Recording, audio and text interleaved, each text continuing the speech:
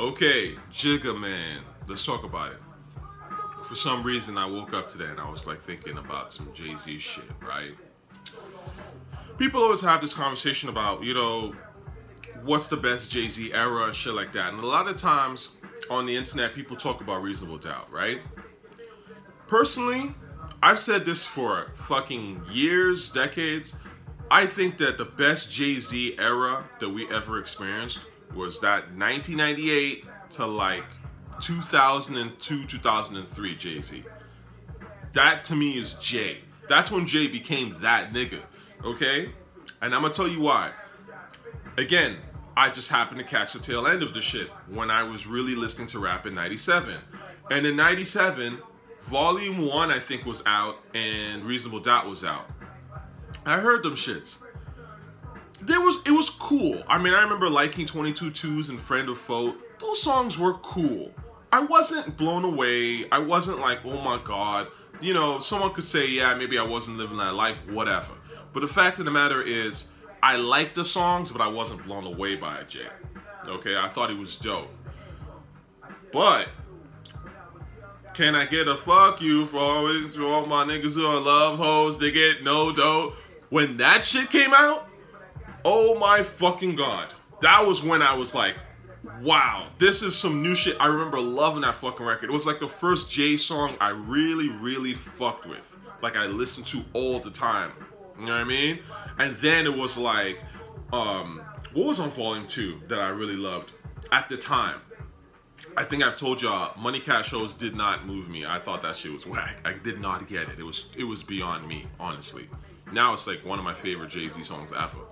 But I love that shit. I loved It's Alright. That was my shit. So like my point is, Volume 2 is when I started to hear Jay really become that guy. Hard Knock Life. I love that record, right? And then Volume 3 actually is when I copped, the first time I copped a Jay album. Because I heard Big Pimpin'. That's what it was. I heard Big Pimpin' and Put Your Hands Up. And I was just like, yo, you have to understand, when them shits came out, when Big Pimpin' came out, that beat was like the wildest shit I'd ever heard at one point. I was living in Saudi at the time. It sounded like some fucking pyramid shit to me. Like, I was just like, The Mummy came around on that, you know, I think The Mummy, the movie, it reminded me of like The Mummy, honestly. And for those of y'all who were around at the time when The Mummy came out, The Mummy blew people away, like just in terms of the effects and what, you know, where it was set and all that kind of shit. And I was living in those, you know, I was living in Saudi, wrong sand and all that shit.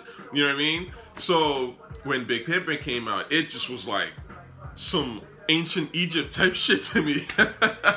And I was blown the fuck away. And also, I remember what was interesting is, so I'm in Saudi Arabia, I'm around a lot of Arab folk, whatever, Saudis, Egyptians, that kind of thing. Some of these people are my classmates. And, you know, I would hear them, this is before they started to really get into rap. I would hear people, you know, bumping Egyptian music and shit like that, right? But I remember Big Pimpin', like, there's a couple of people in my class that didn't fuck with rap. And when Big Pimpin' came out, they were like, that's literally, like, they were blown away by that shit, the sound of it.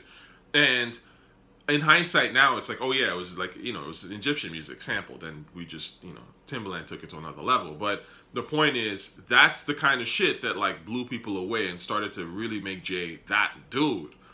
It's that Volume 2, Volume 3, Dynasty, Blueprint, like that fucking run, unreal. Like, it would like every year there'd be a new track or a new couple of tracks where you're just like, yo, this Hove nigga is not letting up, right? So that to me is my favorite Jay, because that's when to me Jay perfected JayZ. Jay to me, he had this like sarcasm, he had this like street demeanor, he had this rawness. But to me, the stuff like in Reasonable Doubt and Volume 1, it's great. It is fantastic music. It's a little too sleepy for me. It's too R&B-ish for me. And I think that's kind of what makes me like not like those songs as much. It's not like I don't like them. I think those songs are brilliant. You know, The Evils, Can I Live, Bring It On, fuck, the one with Mary J on it. You Can't Knock the Hustle, right? Like, there's a lot of great songs on there. And then, of course, Volume 1 has, what's my joint on? Oh, Where I'm From. That's my shit. But my point is, the flow is a little bit more calm, right? Like, Jay's a little more calm on it. The beats are a little R&B heavy, you know.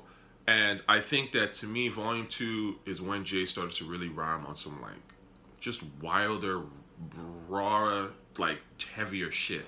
And to me, that's what Jay encapsulated. You know what I'm saying? You listen to that It's Alright beat. That It's Alright beat is fucking nuts. Okay? The beat for Money Cash Hoes, that's fucking nuts. That's like, we're getting into, like, real, like, heavy, wild, raw territory. You know what I mean? Banger type shit. I mean, you know what I mean? And, like, I think of, again, my favorite Jay records are around that time. Jigga, what's my motherfucking name?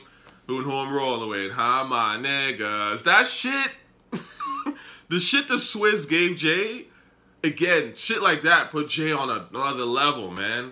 Like, Jay was cool. It was cool before that, but then Swizz came in and Timbaland came in, and it was just like, holy fuck. That's what I'm trying to tell you. So, and even the rhymes, like the swagger just would jump to a whole nother level. Like, Jay started looking better.